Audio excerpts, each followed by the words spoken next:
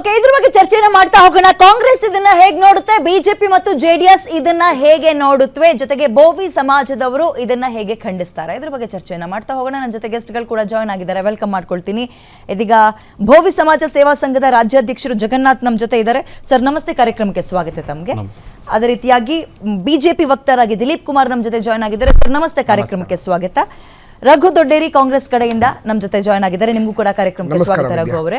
ಚಂದ್ರಶೇಖರ್ ಇದ್ದಾರೆ, ಬೋವಿ ಸಮಾಜ ಸೇವಾ ಸಂಘದ ರಾಜ್ಯ ಪ್ರಧಾನ ಕಾರ್ಯದರ್ಶಿಗಳು. ಸರ್ ನಿಮಗೂ ಕೂಡ ಕಾರ್ಯಕ್ರಮಕ್ಕೆ ಸ್ವಾಗತ. ಇನ್ನು ಜೆಡಿಎಸ್ ವಕ್ತಾರಾಗಿ ಉಮೇಶ್ ನಮ್ಮ ಜೊತೆ ಜಾಯ್ನ್ ಆಗಿದ್ದಾರೆ. ಸರ್ ನಮಸ್ತೆ, ಕಾರ್ಯಕ್ರಮಕ್ಕೆ ಸ್ವಾಗತ. ನಾನು ನೇರವಾಗಿ ರಘು ಅವ್ರ ಹತ್ರನೇ ಈ ಪ್ರಶ್ನೆಗೆ ಮುಂದಾಗ್ತಾ ಇದ್ದೀನಿ. ನಿಮ್ಮ ಓಪನಿಂಗ್ ಕಾಮೆಂಟ್ ರಘು ಅವರೇ. ನೋಡಿ, ಮೊದಲನೇದಾಗಿ ಬಿಜೆಪಿ ಒಂದು ಏನು ಭ್ರಷ್ಟಾಚಾರದ ತವರು ಮನೆ, ಬಿಜೆಪಿ ಭ್ರಷ್ಟಾಚಾರದ ತವರು ಮನೆ.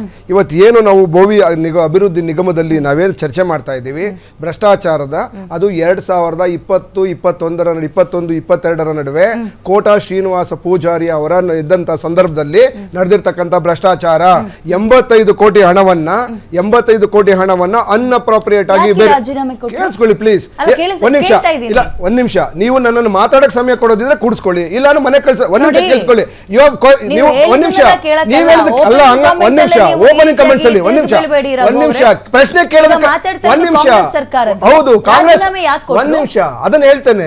ನಂಗೆ ಒಂದು ಟೈಮ್ ಫಿಕ್ಸ್ ಮಾಡಿ, ಒಂದ್ ನಿಮಿಷ ಪ್ಲೀಸ್ ವೇಟ್. 1 ನಿಮಿಷನೋ 2 ನಿಮಿಷನೋ ಸಮಯ ಫಿಕ್ಸ್ ಮಾಡಿ. ಬರೀ 10 ಸೆಕೆಂಡ್ ಅಲ್ಲಿ ನಿಲ್ಸೋದಾದ್ರೆ ನಮ್ಮನ್ನೇ ಕರೀತೀರಿ ನೀವು. ಹೇಳ್ಬೇಕಾದ್ರಲ್ಲ ಒಂದ್ ನಿಮಿಷ. ಇಟ್ ಇಸ್ ಒಂದು ಫಿಕ್ಸ್ಡ್ ಟೈಮ್ ಫಿಕ್ಸ್ ಮಾಡಿ. ಓಕೆ, ಸೊ ಹಾಗಾಗಿ ಬಿಜೆಪಿ ಅಧಿಕಾರವನ್ನು ಯಾಕೆ ಕಳ್ಕೊಳ್ತು? 40% ಕಮಿಷನ್ ಮತ್ತೆ ಹಲವಾರು ಸಾಲು ಭ್ರಷ್ಟಾಚಾರದಿಂದ ಕಂಗೆಟ್ಟಿದಂತ ರಾಜ್ಯದ ಜನತೆ ಅವರನ್ನ ಅಧಿಕಾರ ದೂರ ಇಟ್ಟು ಈ ವಿಚಾರ ಬೋವಿ ನಿಗಮದ ವಿಚಾರವಾಗಿ ಮಾತಾಡೋದಾದ್ರೆ 2021-22 ಸಮಯದಲ್ಲಿ ಅಂದಿನ ಕೋಟಾ ಶ್ರೀನಿವಾಸ್ ಪೂಜಾರಿ ಅವರ ನೇತೃತ್ವದಲ್ಲಿ 85 ಕೋಟಿ ಹಗರಣ ನಡೆದಿತ್ತು.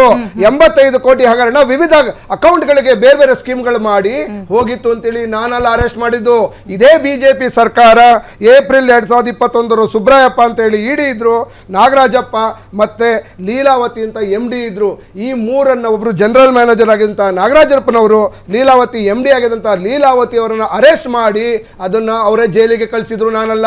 ಇವತ್ತು ಏನು ಭ್ರಷ್ಟಾಚಾರದ ಬಗ್ಗೆ ಮಾತಾಡ್ತಾ ಇದ್ದೀವಿ ಅದು ಬಿಜೆಪಿಯ ಬೃಹತ್ ಭ್ರಷ್ಟಾಚಾರ, ಬೃಹತ್ ಆಗಿರ್ತಕ್ಕಂಥ ಏನು ಬ್ರಹ್ಮಾಂಡ ಭ್ರಷ್ಟಾಚಾರವನ್ನ ಇವತ್ತು ನಮ್ಮ ಇದಕ್ಕೆ ಕಟ್ಟುವಂತ ಕೆಲಸ ಮಾಡ್ತಾ ಇದ್ದಾರೆ.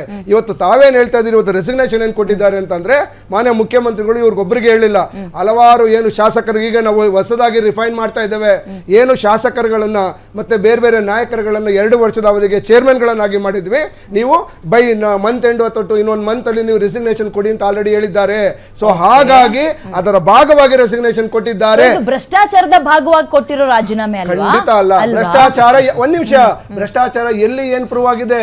ನೀವು ಭ್ರಷ್ಟಾಚಾರ 2021 ಇವರದೇ ಸರ್ಕಾರ, ಬಿಜೆಪಿ ಸರ್ಕಾರ, ಇವರದೇ ಕೋಟಾ ಶ್ರೀನಿವಾಸ ಪೂಜಾರಿ ಅವರ ನೇತೃತ್ವದಲ್ಲಿ ವಾಲ್ಮೀಕಿ ನಿಗಮದಲ್ಲಿ ಏನಾಯ್ತು? ಏನು ವಾಲ್ಮೀಕಿ ಹಗರಣ ಏನಾಗಿದೆ? ಒಂದ್ ನಿಮಿಷ, ವಾಲ್ಮೀಕಿ ಹಗರಣದಲ್ಲಿ ಏನಾಗಿದೆ? ಚುನಾವಣಾ ಸಂದರ್ಭದಲ್ಲಿ ಯಾಕೆ ಮಿನಿಸ್ಟರ್ ರಾಜೀನಾಮೆ ಕೊಟ್ಟರು? ಒಂದ್ ನಿಮಿಷ ಕ್ಲೀನ್ ಚಿಟ್ ಕೊಟ್ಟಿದೆ, SIT ಕ್ಲೀನ್ ಚಿಟ್ ಕೊಟ್ಟಿದೆ, ಸ್ಟೇಟ್ ಇದು CID ಅವರು ಆಲ್ರೆಡಿ ಕ್ಲೀನ್ ಚಿಟ್ ಕೊಟ್ಟಿದ್ದಾರೆ. ಸೊ ನಿಜವಾಗ್ಲೂ ಭ್ರಷ್ಟಾಚಾರ ಟ್ರಾನ್ಸ್ಫರ್ ಆಗಿರೋದು ಯಾರು? ಸುಮ್ನೆ ಯಾರು ಮಾಡ್ತಾರೆ? ಕೇಂದ್ರ ಸರ್ಕಾರದ ನಿರ್ಮಲಾ ಸೀತಾರಾಮನ್ ಅವ್ರ ಕಾರಣ. ಯಾಕೆ ಅಂತ ಹೇಳಿದ್ರೆ ಕೇಂದ್ರ ಸರ್ಕಾರದ ಬ್ಯಾಂಕಿಂಗ್ ವ್ಯವಸ್ಥೆ ಇವತ್ತು ಅಷ್ಟು ವೀಕ್ ಆಗಿದೆ. ಈ ದೇಶದ ಏನು ಎಲೆಕ್ಟ್ರಾನ್ ಏನು ವೋಟರ್ ಚೋರಿ ನಡೀತಾ ಇದೆ, ಆ ವೋಟರ್ ಚೋರಿ ರೀತಿ ಒಂದು ಜನರಲ್ಲಿ ಒಂದು ನಂಬಿಕೆ ಇತ್ತು, ನನ್ನ ಹಣವನ್ನ ನನಗೆ ಬರ್ತದೆ ಅಂತ ಹೇಳಿ ಯಾರಾದೋ ಹಣವನ್ನ ಯಾರಿಗೋ ಟ್ರಾನ್ಸ್ಫರ್ ಮಾಡೋದು ಅಂತಂದ್ರೆ ಬ್ಯಾಂಕ್ ಅವ್ರೇನು ಕಡಲೆಬೀಜ ತಿಂತಾ ಇದ್ರ ಅಥವಾ ಬ್ಯಾಂಕ್ನವರ ಜವಾಬ್ದಾರಿ ಆ ವ್ಯವಸ್ಥೆ ಇಲ್ವಾ? ಆ ವ್ಯವಸ್ಥೆಗೋಸ್ಕರ ಬ್ಯಾಂಕಿಂಗ್ ಈ ದೇಶದಲ್ಲಿ ಇಟ್ಟಿರೋದು. ಸೊ ಹಾಗಾಗಿ ಏನು ನೀವು ವಾಲ್ಮೀಕಿ ಹಗರಣದ ಬಗ್ಗೆ ಮಾತಾಡ್ತಾ ಇದ್ದೀರಿ, ಆ ಹಗರಣದ ಪ್ರಶ್ನೆ ಬಂದಾಗೇನೆ ನಾವು ಎಸ್ ಅಫ್ಕೋರ್ಸ್ ಹಣ ಟ್ರಾನ್ಸ್ಫರ್ ಆಗಿರೋದು ತಪ್ಪಾಗಿದೆ. ಯಾವಾಗ ನಾವು ಏನು election code of conduct time ಅಲ್ಲಿ ಎಲೆಕ್ಷನ್ ಕೋಡ್ ಆಫ್ ಕಂಡಕ್ಟ್ ಸಮಯದಲ್ಲಿ ಯಾವ ರಾಜಕಾರಣಿಗಳು ಕೂಡ ಇರೋದಿಲ್ಲ, ಆಫೀಸಲ್ಲಿ ಚುನಾವಣೆಯಲ್ಲಿ ಇರ್ತಾರೆ. ಆ ಟೈಮಲ್ಲಿ ಮಾಡಿದಂತ ಅಧಿಕಾರಿಗಳ ತಪ್ಪಿನಿಂದ ಬ್ಯಾಂಕ್ ಅವರು ಶಾಮೀಲಾಗಿ ಮಾಡಿದ್ರು. ಬ್ಯಾಂಕ್ ಯಾರ ನೇತೃತ್ವದಲ್ಲಿದೆ? ಇದೇ ಬಿಜೆಪಿ ಕೇಂದ್ರ ಸರ್ಕಾರದ ನೇತೃತ್ವದಲ್ಲಿ. ಹಾಗಾದ್ರೆ ಯಾಕೆ ನಮ್ಮನ್ನೊಬ್ಬರು ಪ್ರಶ್ನೆ ಮಾಡ್ತೀರಿ? ಕೇಳಿ ನಿರ್ಮಲಾ ಸೀತಾರಾಮನ್ ಕೇಳೋಣ. ಬಿಜೆಪಿ ಕಾಮೆಂಟ್ ತಗೊಳ್ಳೋಣ. ದಿಲೀಪ್ ಅವರೇ. ಸರ್ ನೋಡಿ ಮೇಡಮ್, ರಘುದೊಡ್ಡವ್ರಿಗೆ ಉತ್ತರ ಕೊಟ್ಬಿಡ್ತೀನಿ ನಾನು. ಫಸ್ಟ್ 40% ಸರ್ಕಾರ ಅಂತ ಹೇಳಿದ್ರು. ಅರೆ ನಿಮಗ್ ನೈತಿಕತೆ ಇಲ್ವೇನ್ರಿ? ನಿಮಗ್ ತಾಕತ್ತಿಲ್ವ ಒಬ್ರು ಅರೆಸ್ಟ್ ಮಾಡ್ಲಿಕ್ಕೆ, ಒಬ್ರ ಮೇಲೆ ಕೇಸ್ ಮಾಡ್ಲಿಕ್ಕೆ ತಾಕತ್ತಿಲ್ವ ನಿಮ್ಗೆ? 40% ಕಮಿಷನ್ ಅಂತ ಈ ಸುಳ್ಳು ಹೇಳ್ಕೊಂಡು ಓಡಾಡಿದ್ದೈತಲ್ಲ ನೀವು. ಇದನ್ನೇ ಅಲ್ವಾ ನೀವು ದೇಶದಲ್ಲಿ ಹೇಳ್ಕೊಂಬತ್ತಾ ಇರೋದು. ಮತ್ತೆ ಇದೇ ವಾಲ್ಮೀಕಿ ನಿಗಮ ಮಂಡಳಿ ಹಗರಣ ಕೇಳ್ತಾ ಇದಾರೆ. ವಾಲ್ಮೀಕಿ ನಿಗಮ ಮಂಡಳದಲ್ಲಿ ಬ್ಯಾಂಕ್ನವ್ರು ಮಾಡ್ಬಿಟ್ರು, ನಿರ್ಮಲಾ ಸೀತಾರಾಮನ್ ಅವ್ರು ಮಾಡ್ಬಿಟ್ರು ಅಂತ. ಅರೆ ಸ್ವಾಮಿ, ನೀವು ಸಿದ್ದರಾಮಯ್ಯ ಅವರು ಒಪ್ಕೊಂಡ್ರಲ್ಲ ವಿಧಾನಸೌಧದಲ್ಲಿ 180 ಕೋಟಿ ಅಲ್ಲ 90 ಕೋಟಿ ಆಗಿರೋದಂತ ಹೇಳಿ. ಬ್ಯಾಂಕ್ನವರು ಹಣ ಟ್ರಾನ್ಸ್ಫರ್ ಮಾಡ್ಲಿಕ್ಕೆ ಸಾಧ್ಯನಾ? ಏನ್ ಸುಳ್ಳು ಸುಳ್ಳು ಬಗ್ಗೆ ಮಾತಾಡಿ ಸ್ವಾಮಿ. ನಿಮಗೆ ಡಿಸ್ಟರ್ಬ್ ಮಾಡಿಲ್ಲ. ಓಕೆ, ಮಾತಾಡಿ. ಅಂದ್ರೆ ನಿಮ್ದು SIT ಕ್ಲೀನ್ ಚಿಟ್ ಕೊಟ್ಬಿಡ್ತು. ಯಾಕೆ ಮಾಡಿಕೊಂಡಿದ್ದೀರಿ SIT ನ? ವಾಷಿಂಗ್ ಮೆಷಿನ್ ಕ್ಲೀನ್ ಮಾಡ್ಬಿಟ್ಟು ಕಳಿಸ್ಲಿಕ್ಕೆ. ಅರೆ ನಿಮ್ ಸಿದ್ದರಾಮಯ್ಯನವ್ರು ಒಪ್ಕೊಂಡಿದ್ರು ಸಹ ಇವತ್ತು ಯಾವ ರೀತಿ ಹೇಳ್ತಿದ್ದಾರೆ ನಿರ್ಮಲಾ ಸೀತಾರಾಮನ್ ಅವ್ರ ಕಾರಣ. ಬಾಬಾ, ನಿರ್ಮಲಾ ಸೀತಾರಾಮನ್ ಅವರು ಒಂದು ಬ್ರಾಂಚ್ ಇಂದ ಇನ್ನೊಂದು ಬ್ರಾಂಚಿಗೆ ಸೈನ್ ಮಾಡಿಸಿ, ಅದು ಇವರ ನಿಗಮ ಮಂಡಳಿ ಅಧ್ಯಕ್ಷನ ಕೈಲಿ ಸೈನ್ ಮಾಡಿಸಿ ಹಣ ಟ್ರಾನ್ಸ್ಫರ್ ಮಾಡಿದ್ರಂತೆ. ಅಬ್ಬಬ್ಬಾ, ಇದು ಯಾವ ಮಟ್ಟಕ್ಕೆ ಹೇಳ್ತಾ ಇದ್ದಾರೆ ಅಂತ ನಗ್ಬೇಕು ಅಳ್ಬೇಕು ಒಂದು ಗೊತ್ತಾಗ್ತಾ ಇಲ್ಲ.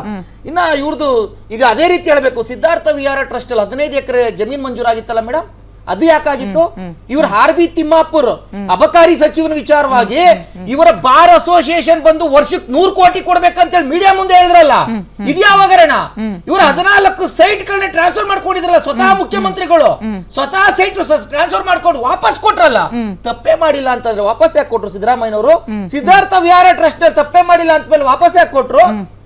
ಇಷ್ಟೆಲ್ಲ ಬ್ರಹ್ಮಾಂಡ ಭ್ರಷ್ಟಾಚಾರಗಳನ್ನ ಇಟ್ಕೊಂಡು ಇವತ್ತು ಬಿಜೆಪಿ ಅಂತೆ, ಅಂದ್ರೆ ಬಿಜೆಪಿ ಅವ್ರು ಮಾಡಿದ್ರಂತೆ, ಅವ್ರನ್ನ ಅರೆಸ್ಟ್ ಮಾಡಿದ್ರಂತೆ, ಅದಕ್ಕೆ ರವಿಕುಮಾರ್ ಅವ್ರು ಮತ್ತೆ ಮಾಡ್ಬಿಟ್ರಂತೆ. ಅರೆ ಬಿಜೆಪಿ ಅವ್ರು ಯಾವನ ಮಾಡಿದ್ದ ಅಂತ ಅರೆಸ್ಟ್ ಮಾಡಿದ್ರೆ ನೀವ್ ಯಾಕ್ರಿ ಮಾಡಿದ್ರಿ ರವಿಕುಮಾರ್ ಅವರು? ಇದನ್ನ ಹೇಳ್ಬೇಕಲ್ವಾ? ಇವತ್ತು ಗ್ಯಾರಂಟಿ ನ್ಯೂಸ್ ನೀವು ಮಾಡಿರ್ತಕ್ಕಂಥದ್ದು ಮೇಡಮ್, ಇದು ಶ್ಲಾಘನೀಯ. ಇವ್ರು ಬ್ರಹ್ಮಾಂಡ ಭ್ರಷ್ಟಾಚಾರ ಒಂದೆರಡಲ್ಲ, ಇವ್ರು ಪ್ರತಿನಿತ್ಯ ಪ್ರತಿ ದಿವಸ ಭ್ರಷ್ಟಾಚಾರ ಮಾಡ್ತಾ ಇದ್ದಾರೆ. ಇವತ್ತು ನೋಡಿ ಯಾವ್ದು ನೋಡಿ ಧರ್ಮಗಳ ನಡುವೆ ಎತ್ಕಟ್ಟೋದು, ಭ್ರಷ್ಟಾಚಾರಗಳನ್ನ ತಂದಿಕ್ಕೋದು, ಹಿಂದೂ ಶ್ರದ್ಧಾ ಕೇಂದ್ರಗಳ ವಿರುದ್ಧವಾಗಿ ಬಾಯಿ ಬಂದಂಗ ಮಾತಾಡೋದು.